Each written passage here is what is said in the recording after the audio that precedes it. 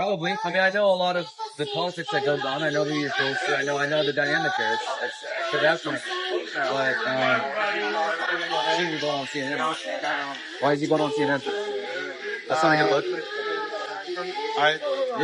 Come on. I got him. I got him. I support you guys. I think he may go on Fox. He talked about doing both. So. He needs to get on Fox, and then I'll shut up. And Newsmax while he's at. I'm just saying there's a lot of information that's not accurate. I've been here 28 years. I believe that. I actually, the lieutenant of our crowd control team, and so I see all sides of it. I've been pretty vocal. I mean, I know the national media is tearing you guys apart. I've been pretty vocal about how there's more to it, and I support you guys. And I just wish. It's funny as you guys could push back more against. It's funny as what we're kind of accused of being now. We were exactly the opposite in 2020. Oh, yeah, you're Antifa now. We were investigated for. You're their militia. Targeting the left, the right. Now it's like the opposite, and none of us have changed. We just want you guys to be able to enforce the law. Yeah, that's all. So that's pretty much your job. Enforce the law. And there's people here that are keeping you guys from doing. We first deployed in June. Yeah. We were here for 2 weeks, and then we backed down until it died down.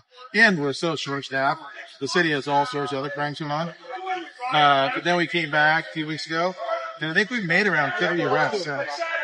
People don't realize, like, we're doing something. The last 3 weeks, a lot of the arrests have been minor, but initially in June, I think we had 4 to 6 arson arrests. Yeah. People throwing rocks at us, like federal officers.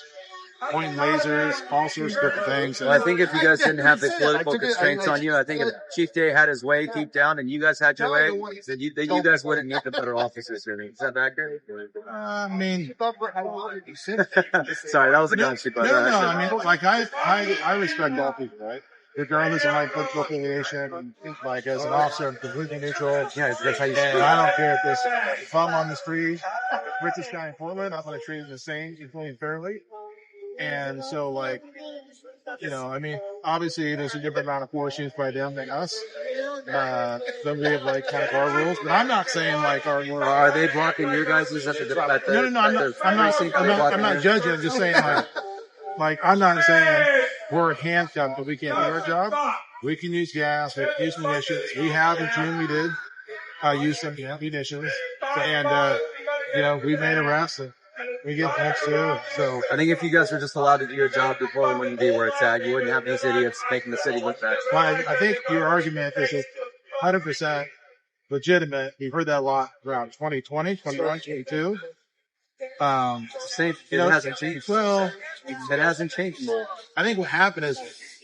Hey, let me just tell you, in any other jurisdiction, do you think that neighbors in a building like that would have to endure what they endured? Do you think we wouldn't Sherwood or Toronto, do you think they'd put up with it there? Right. This kind of stuff going on? Right, but hear me out. So what happened was, the decisions that were made caused like a mass exodus, and of course dropped, you know, thousands down to like 700. And during that time, murders went up, traffic fatality deaths, drug overdose. And so we've been spending the last couple of years trying to get on top of that problem with a defeated police force. And so... Yeah, but why do you look at city? Right. I wish more of you guys would speak out of what really is going on and why you guys are going in. Right. I just wish there'd be more whistleblowers. I think you'd see more change. It's going to take courage. You guys have all this political pressure on you. It's going to take someone to be courageous. The more silence that you guys display, and I'm not saying... No, but I guess I'm saying though, like people have a lot of thoughts about politics, city council, whatever, and maybe I do too, but like, the reality is they have authorized hiring. We've hired hundreds of cops. The problem is we have so many retiring, we just can't get enough income. We need to get back to the problem. So that did put us in a huge hole. Do you understand though, the problem is not the hiring, and I don't care if they gave you 1,000 more officers, that's how they view you guys. They view you guys as the problem. They view these guys as law enforcement is the problem, which is why they talk about police accountability. That's the biggest talking point. Who does? The Florida City Council. I've seen Chief Day in there talking to Angelina Morito and all the other clowns there. And they're more worried about how you guys are responding to crime than the crime itself. That's the problem. That's the problem. They call it police accountability. I call it absolute hatred for law enforcement. Yeah. And that should piss you guys off. And I know a lot of you guys, this is your career and you guys endure it. That's why we love you guys, because you guys can't speak out as much. Yeah. But at the end of the day, man, someone has to do something. This is not No, sustainable. I respect your opinion. I guess my initial take was about us as like individual officers. Well, people don't understand. We've been kind of getting labeled with something that I know isn't actually accurate. And but at some point. But I don't have control. At some point, though, if you see evil going on for so long and you stay silent and complicit in it, and your city goes to shit. Well, I wouldn't say we stay silent. Our entire crowd control team resigned. Our entire 50-member crowd control team resigned. They all quit this job. So I wouldn't say we stay silent. Well, we only have so much. It hasn't changed though. You guys, people quitting is not silence. It's giving up. Why don't you go to the press? Why don't you go to the press and say, you know what, I've seen enough, and you might lose your job. You probably will. That puts me in a political position. I need to do my job as a sworn law enforcement officer in Oregon and the city of Portland. And you took an oath to protect the people of Portland, and your oath is being interfered by politics. I took an. Well, then you help out, right? Or anybody can voice their opinion. But me, I have to be. I'm not saying you need to be political, but you need to speak up when your oath is being threatened. You swore an oath, and they're threatening that. You don't have to. That's not political. That's right and wrong. I just want to see the city better, that's all. I don't need you to be a Republican or anybody. I just need you to just speak up. Need you guys to speak up when you guys see the evil political people that are literally like these guys' friends. Whole time your guys' hands behind your back. And you know what's happening. One of you guys got to speak up, man. I mean, how much further are we going to let this go? Seriously. I love this city, dude.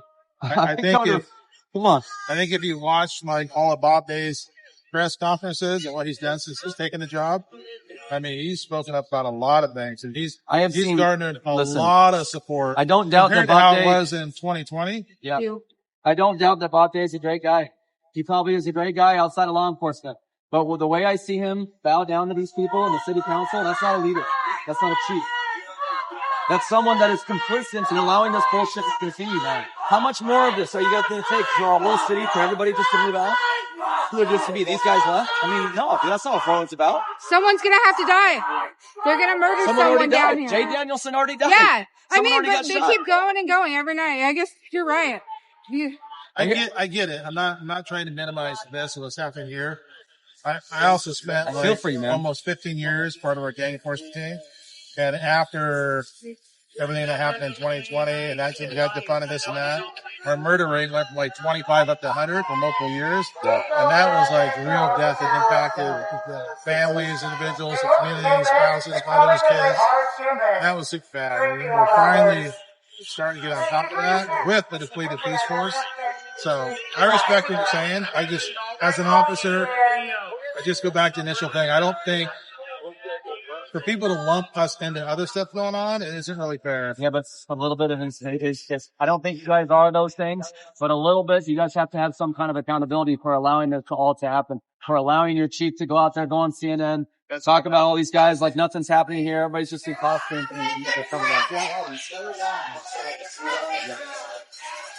The media knows that.